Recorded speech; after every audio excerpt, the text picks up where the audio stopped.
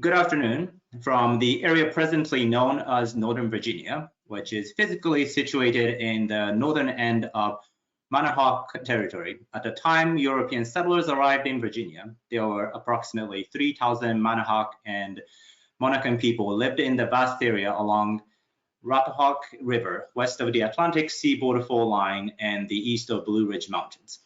Said to be lived by hunting and seasonal harvesting of berries and greens, Manahoac and the Monacan people gradually lost their grounds as a result of the economic and political ramifications of the fur trade the European settlers have exacerbated in the continent. The Manahoac disappeared from the historical record after 1728, but we pay respect to them, past, the present, and the future, and their continuing presence in the homeland and throughout their historical diaspora. My name is Hirona Okahana, and welcome to the CGS webinar, Results from the Fall 2020 CGS International Graduate Admission Survey.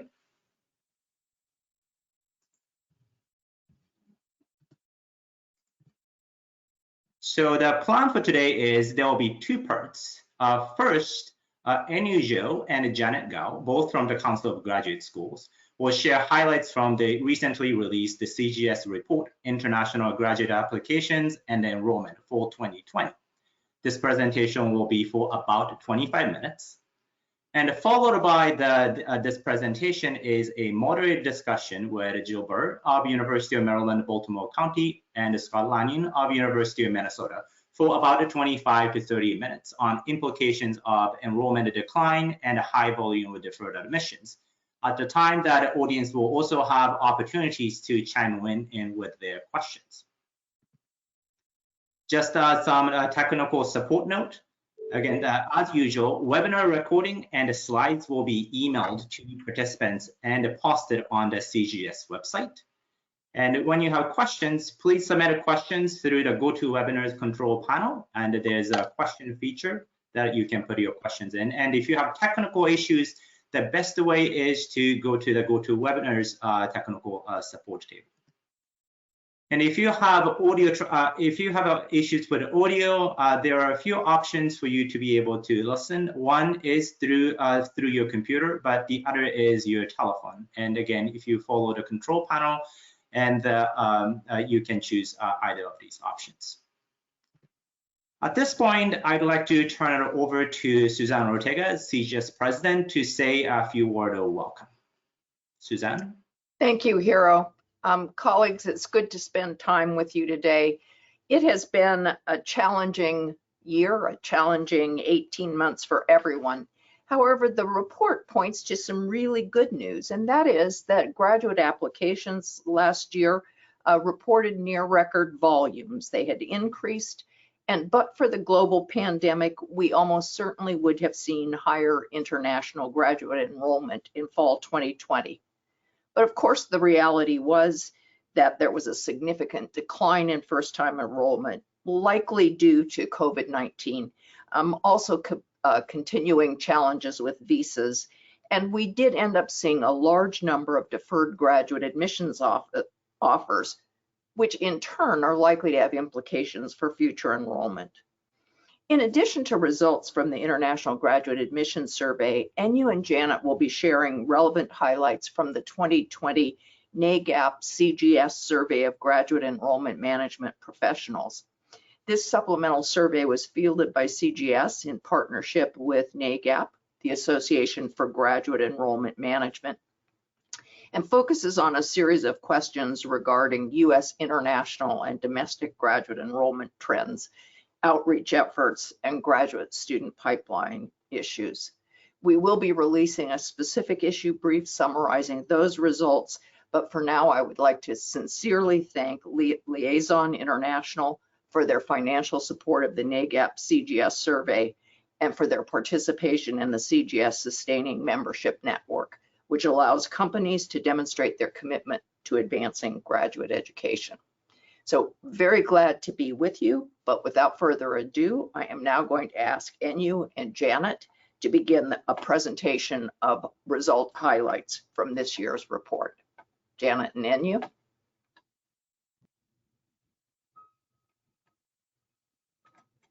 So thank you, Suzanne, and thank you, Hiro. Thank you everybody for joining this webinar today.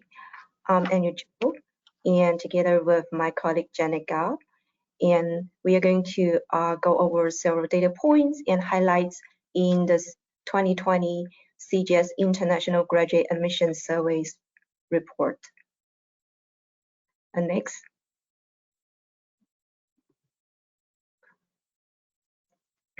So a brief introduction of the CGS International Graduate Admission Surveys. We started doing this survey data collection efforts in 2004 as a response to the sustaining interest of the graduate education community in international admissions. While there were several different data points out there, there were a few points in our data sets that are very unique and value added to the graduate community. So we report final application counts, offers of admissions, first-time enrollment, and total enrollment of international graduate students for each full admission cycle. And in 2020, the survey was sent to 771 US institutions, which were CGS members or members of our 4 regional affiliates. And of those, we received a total of responses from 360 institutions with a response rate at about 47%. Next slide, please.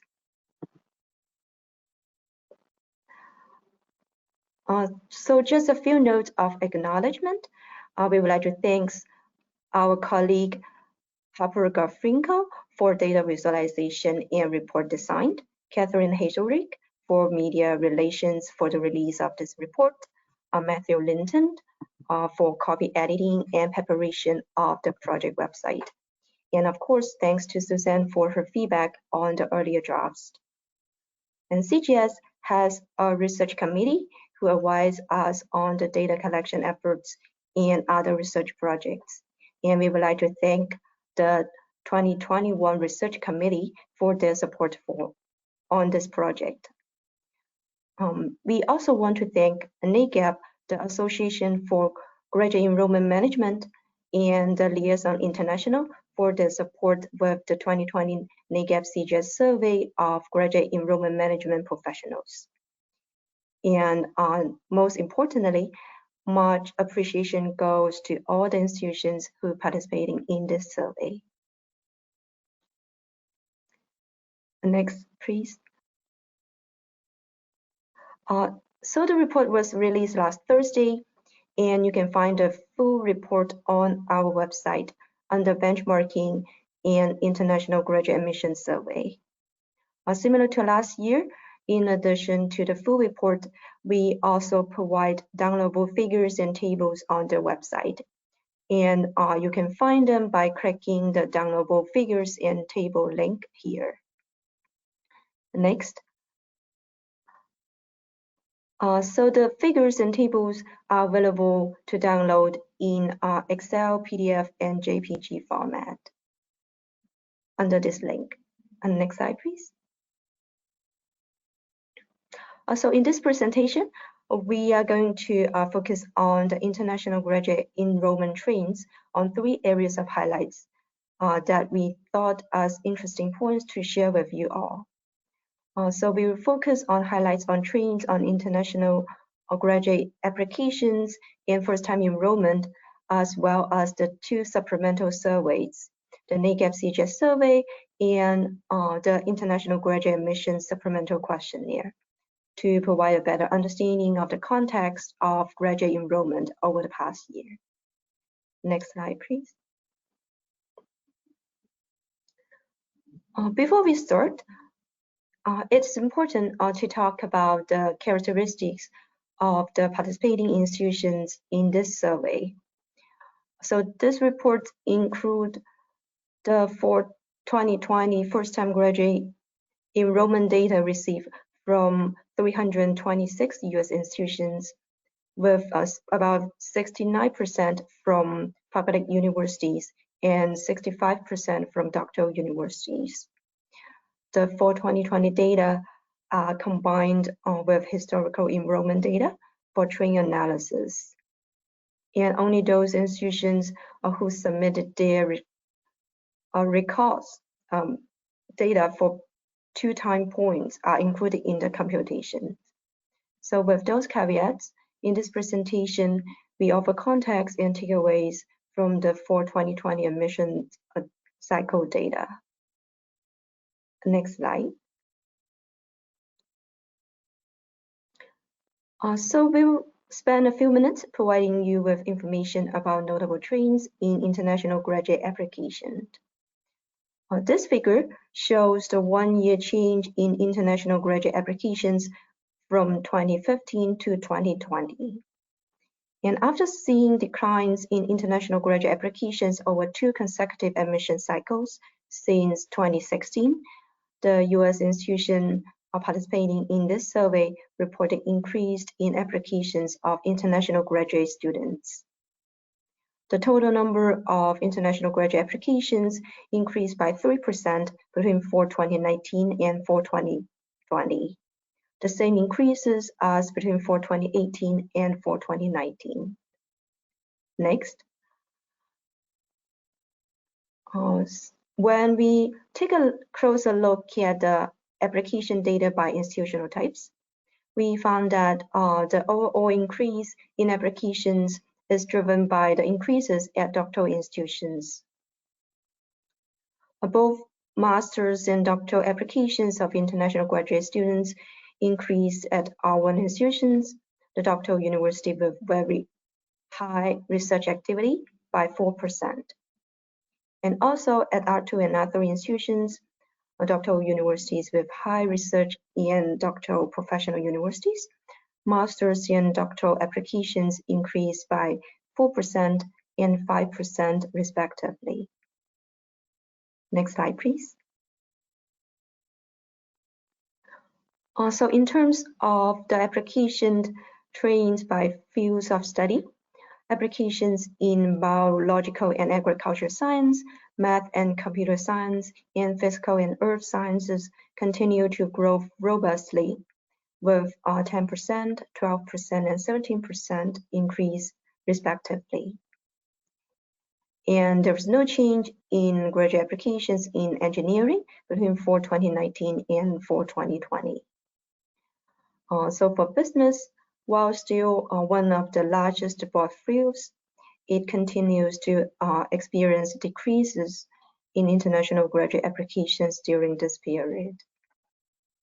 Next. So in terms of first-time enrollment, we saw a significant decline over the past year. So this figure shows the one-year change in first-time international graduate enrollment from 2015 to 2020. And between fall 2019 and fall 2020, we saw that there was a 39% decrease in first-time international graduate enrollment. And we think that this decline is likely due to the COVID-19 global pandemic. Next slide, please. And so when we take a closer look at the first-time enrollment data by institutional types, we found that this decline was consistent across institutional types.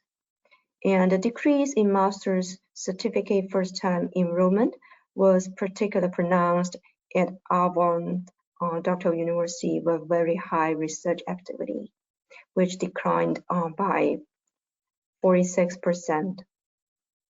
And the number of doctoral first-time enrollment was also decreased by 23% during the same period of time at our own institutions.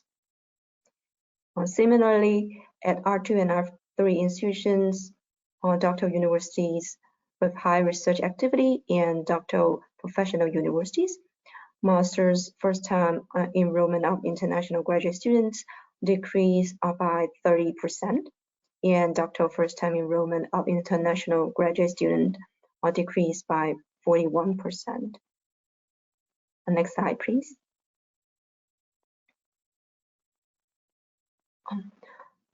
Although the decline in first-time enrollment was substantial, there were also many offers of admissions for fall 2020 that have been deferred to future academic terms.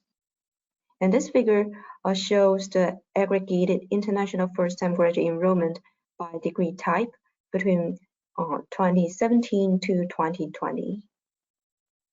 The dotted green line shows the first-time enrollment and deferred offers combined for master's and certificate programs. And the dotted blue line shows the first-time enrollment and deferred offers combined for doctoral programs. As we can see, the sum of the deferral admissions and first-time enrollment for fall 2020 exceeds the first-time enrollment figures for fall 2019 at both master's and doctoral level.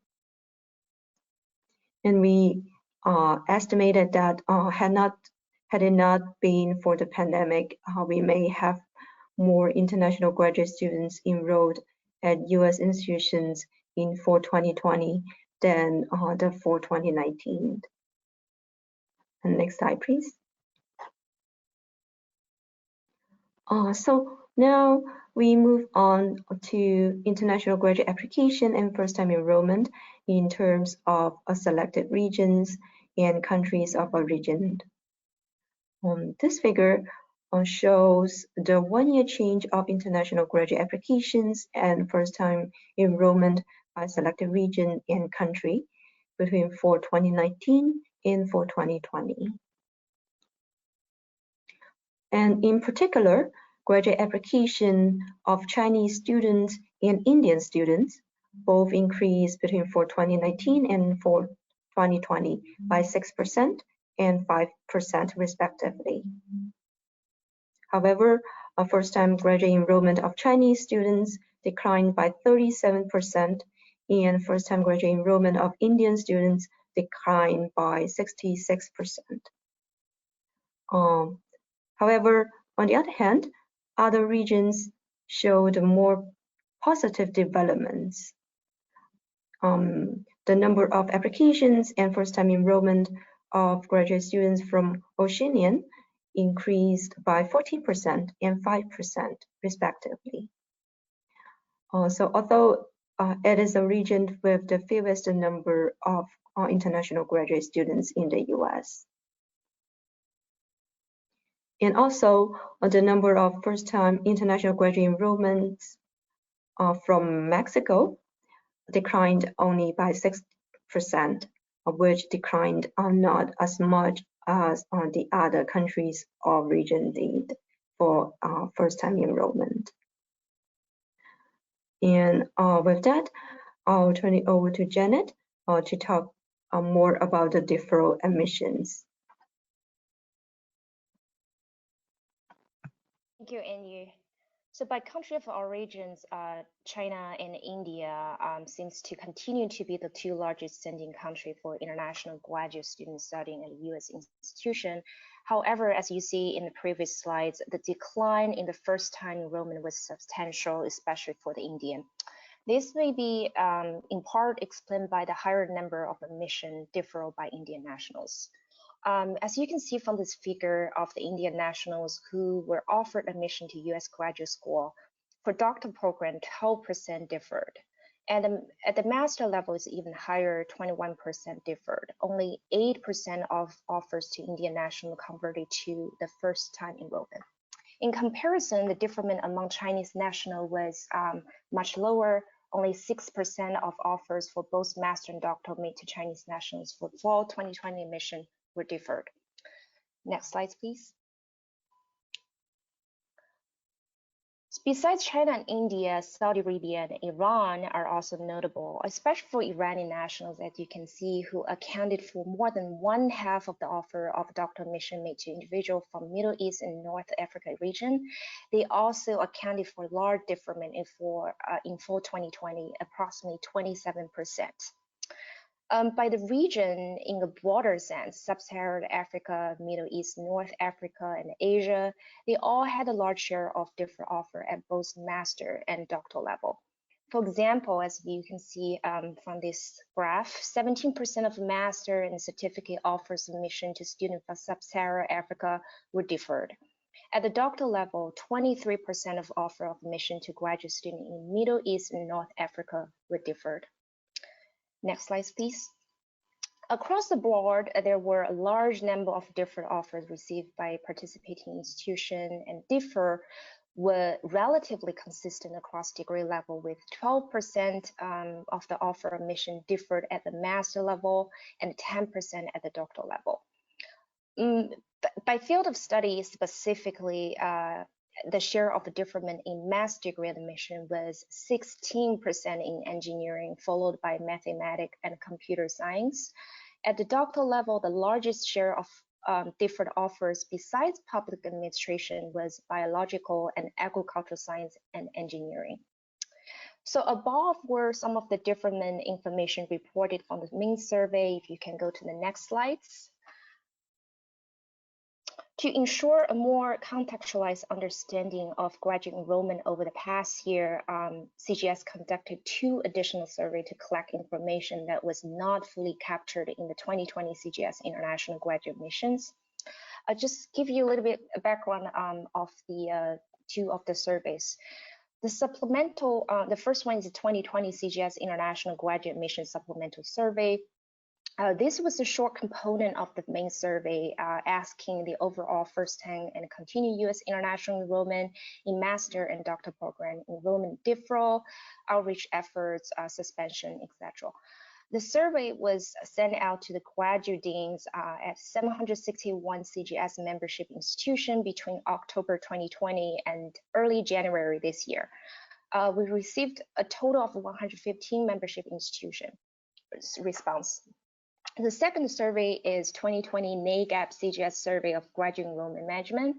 This was sponsored in part by Liaison International, fielded by CGS in collaboration with the NAGAP. The survey asked some questions including U.S. international domestic graduate enrollment trends in fall 2020, outreach efforts, and graduate school pipeline issues. We sent off the survey at approximately the same time frame as a supplemental questionnaire to a diverse range of professionals who are part of the NAGAP community. A total of 217 institutions responded to the survey. Among those, over 60% work on international enrollment. So we asked whether there is an increase, decrease, or no change of the number of newly admitted international graduate students who deferred enrollment in fall 2020 as compared to the fall 2019. And over 80% of those from both surveys have seen an increase in the number of deferment in fall 2020. Notably, more institutions have reported that increase are substantial, which means more than 5%. So this number is actually consistent with the large volume of the deferment reported in the main survey that NU presented before. If you can go to the next slides. For those who indicated increase, we asked them what are some of the factors you believe are associated with the increased international student deferral. Some of the items we asked include travel restriction, institutional responses to COVID, health-related concerns, limited funds to pursue study in fall 2020. Majority of the institutions from both of the surveys said travel restriction in the United States and the home country were the leading causes for the deferment increase. And as you can see from this figure, over half of the institutions also believe that health-related concerns due to COVID-19 explain the deferment as well. Next slide, please. So to stay in touch with the international graduate student who defer enrollment in fall 2020, approximately 92% of institutions from both of the survey utilize emails to stay connected with prospective students. And over half of the institutions, unsurprisingly, also hosted virtual events as effective mode of communication. So to summarize, in general, the international enrollment deferral and outreach efforts in the fall 2020, as reported by both of the surveys, are consistent and not entirely unexpected. The survey results reflect a trend of more deferment, which were believed to be associated with the visa issue worldwide. And it is evident that most of the institutions engage with students mostly through the virtual format. So lastly, concluding remarks. If you can go to the next slide. Some of the concluding remarks on the main survey and the 2 supplemental survey we conducted, the number 1, overall increase in the international graduate students application to U.S. institution is encouraging. Therefore, we remain optimistic about the overall attractiveness of U.S. graduate education to the international talents who recognize the value of U.S. education. Number 2, due to health concerns, international travels, visa issues, the large share of admitted students for fall 2020 deferred their offers until later academic terms. So these deferments are concerning, but we learned that our members have prioritized staying connected to the student who differed mostly through the virtual format. Number 3, the significant decline in first-time enrollment are alarming, but if you including the number of deferral in the enrollment counts for the fall 2020, that number actually exceeds the total first-time enrollment number for the fall 2019.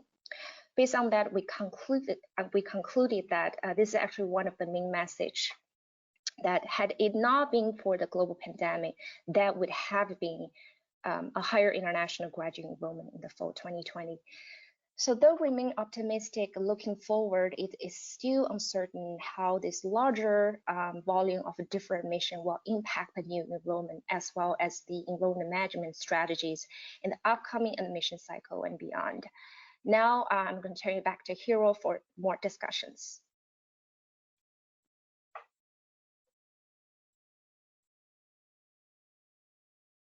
Thanks, Anu, and thanks, Janet. So now we're going to transition to a discussion portion of this webinar, and we have Jill Burr, Associate Vice Provost of Graduate Education and a Senior Assistant Dean for Graduate Enrollment at the University of Maryland, Baltimore County, and Scott Mannion, Vice Provost and Dean of Graduate Education at the University of Minnesota with us. I'm going to share screen, and as I noted, if you have any questions that you'd like to pose to the panel or some of the technical questions around the survey report itself too, feel free to use the question feature on the GoToWebinar, and we'll be monitoring through this conversation. So just to start off, if you can, if both of you start with Scott, but for name and institution I already mentioned, but some of the context about international graduate student population at the UA institution. Scott. Thanks, Hiro. To start, I should point out that at the University of Minnesota, the graduate school is responsible only for the research degrees. So the information that I can talk about have to do with our PhD program and our research master's programs. We have about 7,000 students in those programs. About 32% of them are international students. I should point out a high proportion of them thought that a cold temperature was 0 degrees centigrade before they started graduate education at Minnesota. Just wanted to point that out. Mostly it's the same kind of countries represented. We have applications for this year from about 133 countries, but the majority are China, India, Korea, Taiwan, Iran, similar to other institutions. And so I'll leave it at that. So UMBC is a doctoral university with high research activity in the mid-Atlantic area. We don't have the 0 degree temperature, so we have that going for us. The graduate school at UMBC basically runs the admissions for the entire graduate programs from PhD down to our certificate programs. And we typically have, about 3,000 thereabouts graduate students, and pretty much consistently between 24 and 26% of those are international.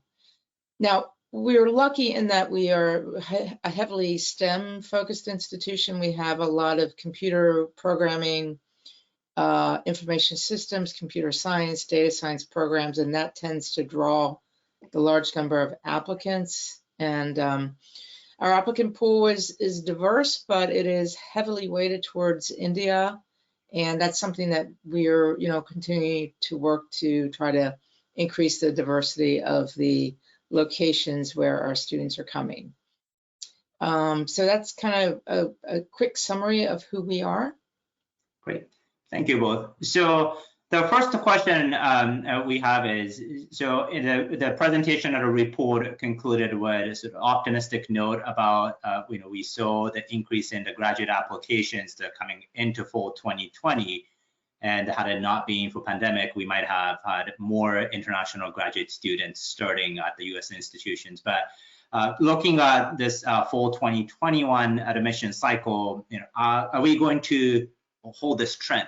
What are you seeing right now? I'll start with Jill. So are we going to hold this trend? I think we are. I can't see into the future, nor do I know all the things could happen. As we have all learned in the last year, you just never know. But our application numbers are significantly higher than the year before, and they were even higher the year before than the year before that. So our application increase has been around 20% from our international applicants. They're offering the offers and the acceptances are quicker than they have been. So there's sort of a pent-up demand. And we're seeing what looks to be a relatively comfortable increase in international enrollments for the fall. Now, I know later on we'll talk about deferrals because we kind of have a little bit of a bottleneck happening, and we'll have to, as institutions, we'll have to sort of figure out how to handle the volume of the pent-up demand and the new demand coming in as well. But yeah, Hiro, I'm pretty optimistic, and I'm an optimistic person, so I'm really optimistic, I should say. Great. Scott, how about you? I would agree. I think our applications, international applications, are down a little bit this year as of this date. And I think that's worth noting in that the majority of that is because of China. So we've got a 31% drop in applications from China relative to this date last year. Otherwise, most everywhere else is up. And I think that's worth noting because I actually think that's the trend that we will see in the coming years, and that institutions, especially that have become heavily dependent on applications from China, this is a good time to be diversifying and really looking to be recruiting elsewhere. The other thing I should point out is that a significant fraction of our declines in international applications is directly attributable to the fact that a number of our liberal arts programs accepted no applications at all this year. That accounts for about half of our decline in international admissions, or applications, I should say. And they did that, we can talk about it, that's for a variety of reasons. Deferral is partly it, but a big part of that was actually so that those programs could support their students who had expected to graduate in 2020 or this spring, and just have not been able to make the kind of research progress that they anticipated. And so those programs have prioritized extending another year of support for their current students and not admitting students. And that's part of our drop. And here, if I could add just a little to that. When I speak of volume increases, I'm really mostly focusing on our master's level applications. Our doctoral level applications are slightly up, but as Scott mentioned, we've had a little bit of a backlog because we didn't graduate as many PhDs as we had anticipated. People couldn't get into their labs, they couldn't complete their experiments, et cetera. So I think our programs are trying to decide, how much money do they have to bring in new doctoral students when they're still trying to fund maybe the last year or the last semester of their the students that were planning on graduating in May of 2020. And if I could just remark about China just for a second, for those of you who've traveled to China, you've seen the building of universities. I mean, China is really responding to the need to educate their citizens by building universities, and they're doing it at a furious pace. And so the drop off, I think, is a lot of that is related to that there is now availability for seats in doctoral and master's programs in China. Correct. So I want to build on this, the pent-up demand and the bottleneck part of it. So also in our data too, we saw that we had a few more what we consider as a continuing students between the fall 2019 and the fall 2020. So we know that there are more students who might have graduated but staying on and completing their work. And of course, there's a large number of deferred admissions that we saw in fall 2020. So, what does that mean for the students currently applying? Are they seeing more?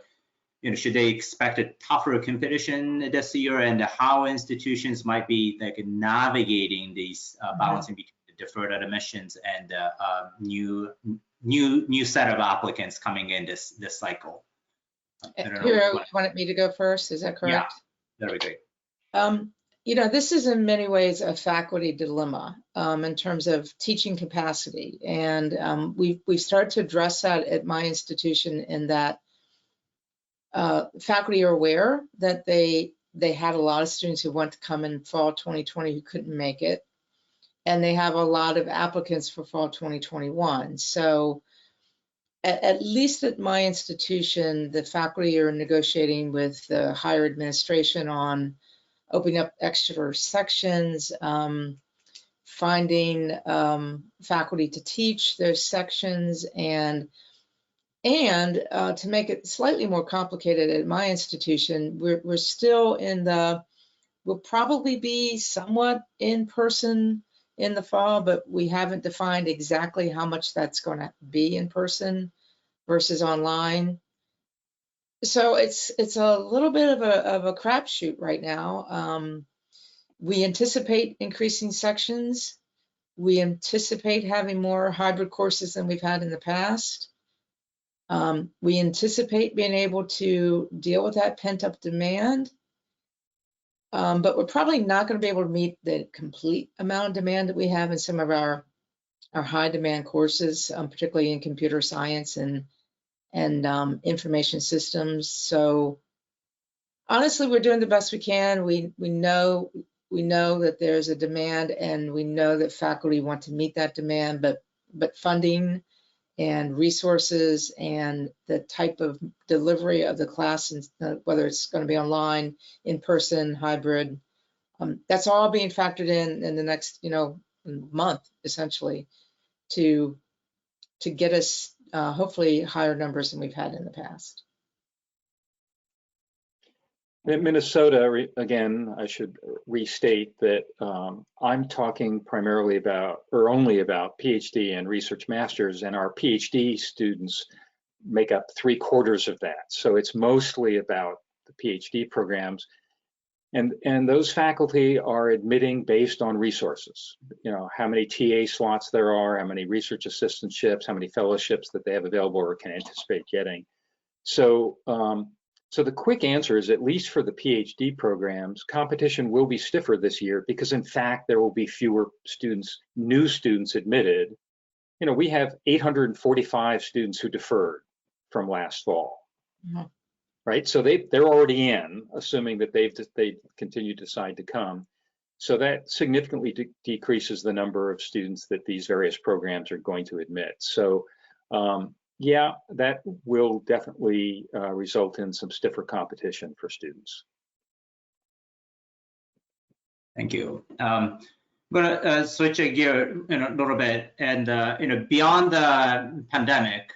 This past summer, we saw some of racial reckoning in the United States, and the reputation, climate, all those things matter in terms of recruiting international graduate students. And we already have sort of the reputation of being behind in terms of COVID and the vaccination, all that thing, compared to some of the OECD countries. So, how are this racial tensions and climate in the United States is shaping the international admission trends right now?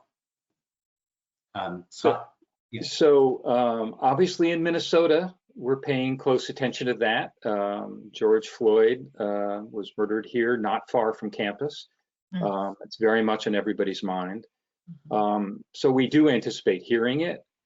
Oddly, we haven't in talking with students. And I actually spoke to a colleague who's been working to try to help students in sub-Saharan Africa put together their applications over this past fall and winter for grad school.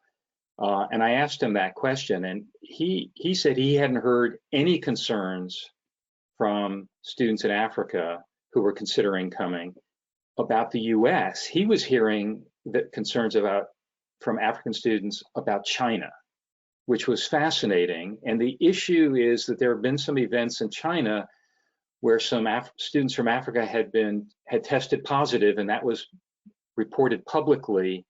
And there was serious backlash against students in China from Africa as a result of that. So this is a very complicated space to be thinking about. But bottom line, we haven't been hearing it from our prospective students, and we're a little surprised by that. Here, I would say the same at UMBC. Many of the students that we attract for our master's level programs are very focused on career opportunities, and their focus has been a lot more on visa acceptance, optional practical training, whether or not they'll be able to get internships or the 2 or 3 year OPT once they get through the program. So I feel like they're sort of approaching their life like this, which is, I have to get the degree, I would need to get the job, I need to make money, I need to support my family perhaps back home. And though they may be aware of the struggles we have in this country with racial reconciliation and some of the awful things that we've been seeing, I think they're still focused on their end goal, what it is they're trying to accomplish. One of the things I believe we can do as institutions, however, is to really make a concerted effort to have these conversations, to recognize our own systemic racism that we may have in our systems that we've never really thought about before. And so regardless of whether or not our applicants are demanding us to act, I think it's incumbent on us to do so irregardless. Oh, yeah, absolutely. But for international students, Jill, to your point about the applicants focus on the career prospects, OPT, and the path to H-1B, have that sort of conversation or what you hear from applicants changed over the last several months? Of course, we are still somewhat uncertain about what all these going to look like, but what are sort of concerns or optimism? Like, what are you hearing from prospective students nowadays? Mostly confusion. Under the previous administration, I guess folks are waiting for the next shoe to drop, whatever that shoe was going to be, whether it was going to be stopped at the border, unable to enter the country at customs, whether or not visa offices were going to be open so they could even have their appointment, whether or not OPT would be going away. So even though we're under a new administration, from my experience so far, and I haven't really spoken to anyone in the last couple of weeks, but there's still concerns about the stability of our system in this country in terms of our immigration policies and what the future holds for them. So that's what I'm hearing. I think people are starting to feel a little bit better, but I think it's very much I'm going to wait and see attitude. Yeah, I think confusion is the right word because, higher ed, we keep telling international students what great opportunities there are and how enthusiastic we are about having them join our communities. But that's not what they see from the US in the media. And it's sort of, what's true. And so I think it's going to be a little while before there's real trust in exactly what the experience in the US will be like. Right. And Scott, we've been doing a lot more webinars with our international applicant pool, trying to help them understand that what they're seeing on their TV screens at home or on their laptops or whatever, or their phones, is not how all Americans feel. And so we are trying to roll out the welcome mat in a way that we've never done before. And to me, it's actually been a good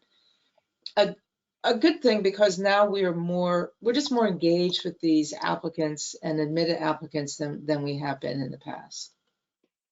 Yeah, and I would say a slight version of that is, I think, connecting prospective students with current students, ideally from their country who are in the US. They're the best communicators about what reality is like and what prospective students should expect to experience here. And generally speaking, international students who are in higher ed in the US love their experience here, are having a great experience. And the more we as institutions can facilitate the communication between our current international students and prospective students, that's really one of the most important things we can do. Absolutely. We actually started a global ambassador program this year, specifically to sort of pair the applicant or the admitted student with someone from their home country, or at least region, to ask the tough questions that they might not believe what my answer is, but they're definitely going to believe someone from their region of the world. And we did exactly the same. Yep. So this touches on one of the questions that we got from the audience too, but it sounds like you have a system for the prospective students to be connected. But with the instruction being remote and it possibly continue, some of the instruction may continue to be remote in coming fall as well. What are some of the things you're doing, or you might suggest others to do to create a stronger sense of community and the connection among the graduate students from the outside of the United States? Scott, you want to take that first, or? So yeah, so we have created some online, opportunities for students to interact, whether they are students who've deferred, students who are enrolled but remote, or students who have accepted. We don't do very much with prospective students as an institution. I think that's really, individual programs do a variety of things. It's really only once they've enrolled or they've accepted our offers that at least the graduate school steps in and begins to help create communities.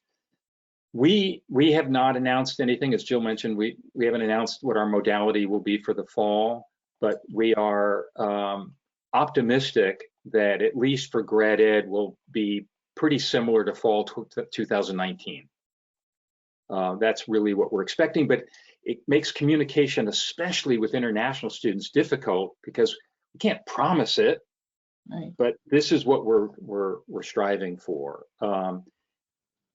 Beyond that, I would say we haven't done that much, and partly because we are so committed to the idea that we need our students to interact with each other in person as much as we can possibly manage, and we need to figure out ways to get back there as quickly as possible.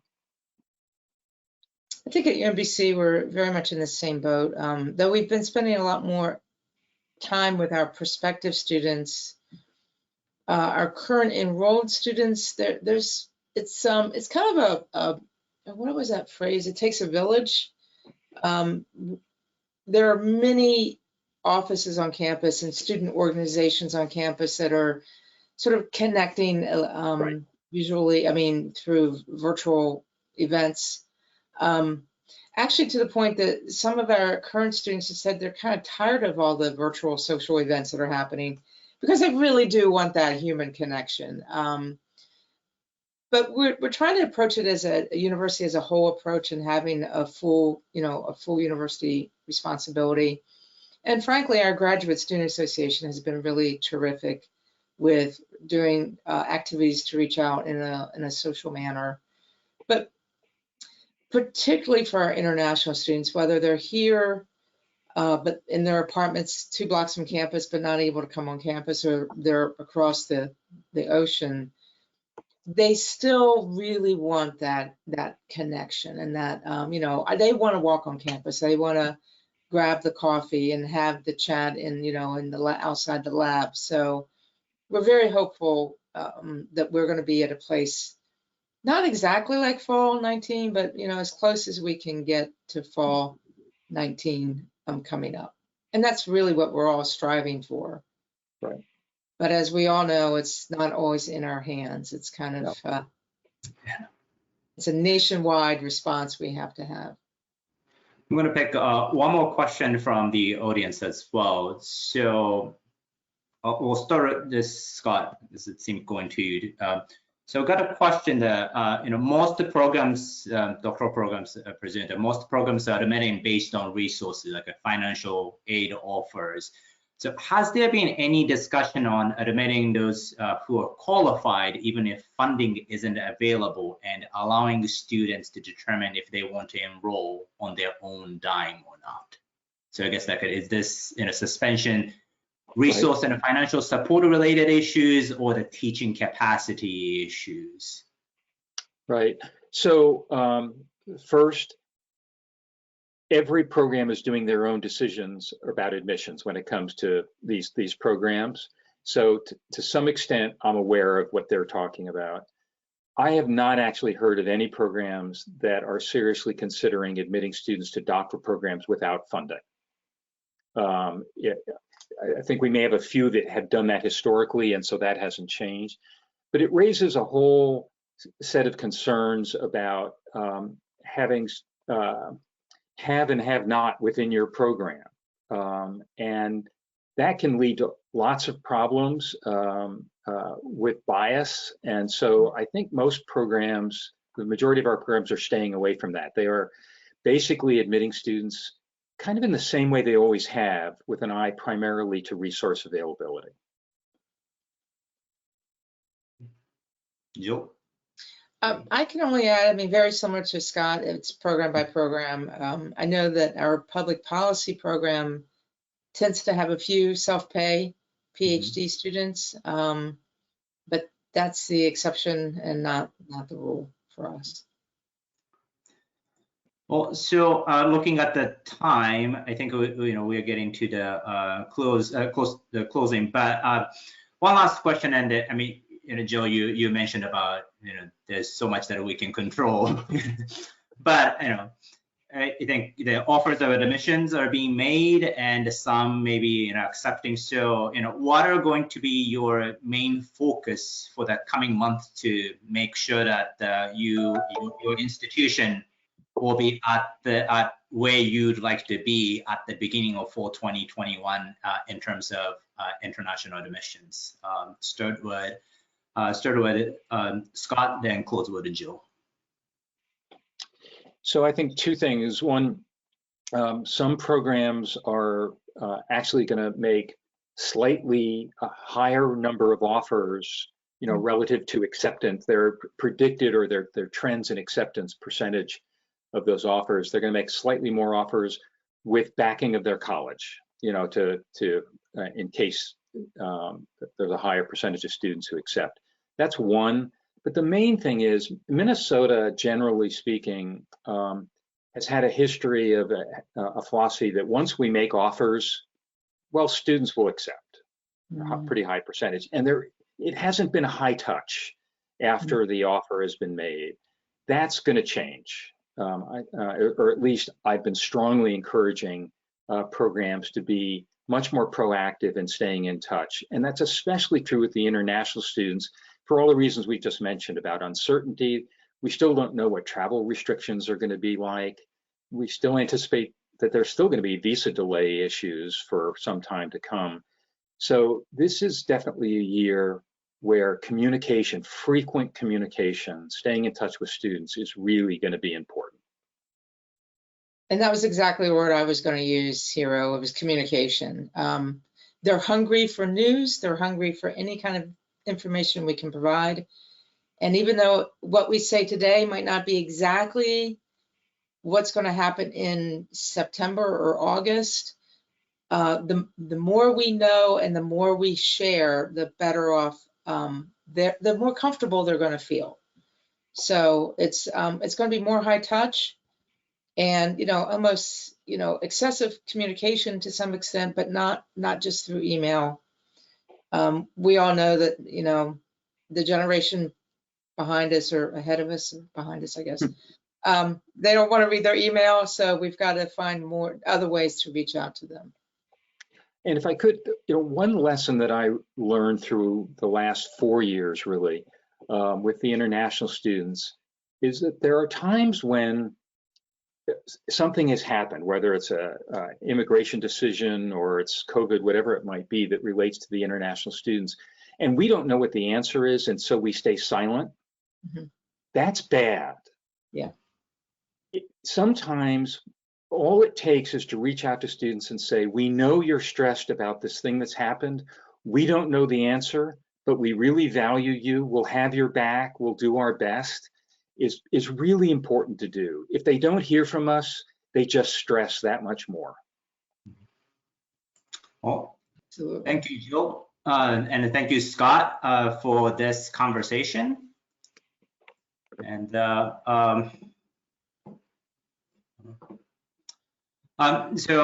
we'd like to thank Liaison again for providing financial support to the CGS NAGAP Survey of Enrollment Management Professionals and for their participation in the CGS Sustaining Membership Network. As we've seen in our recent surveys, enrollment numbers for international students and the students of color are down this year, even as many of our institutions are working harder than ever to diversify their campuses. Liaison offers a full family of products and services to help with the recruitment, admissions, and enrollment. Learn more about how Liaison's centralized application services help the institutions like these featured on the slide meet their goals in Liaison's free ebook, which you can access via the chat and in the handouts area. We will also distribute it with the webinar recording and the slides. And as I mentioned, that recording and slides will be emailed to you all, and check out the future programming about the CGS webinar on our website or CGS News Network, which is our bi-weekly newsletter. Thank you again to Anu and Janet, Scott and Jill for the insightful conversation, and thank you all for tuning in to today's webinar. Have a good rest of the day. Thank you. Thank you.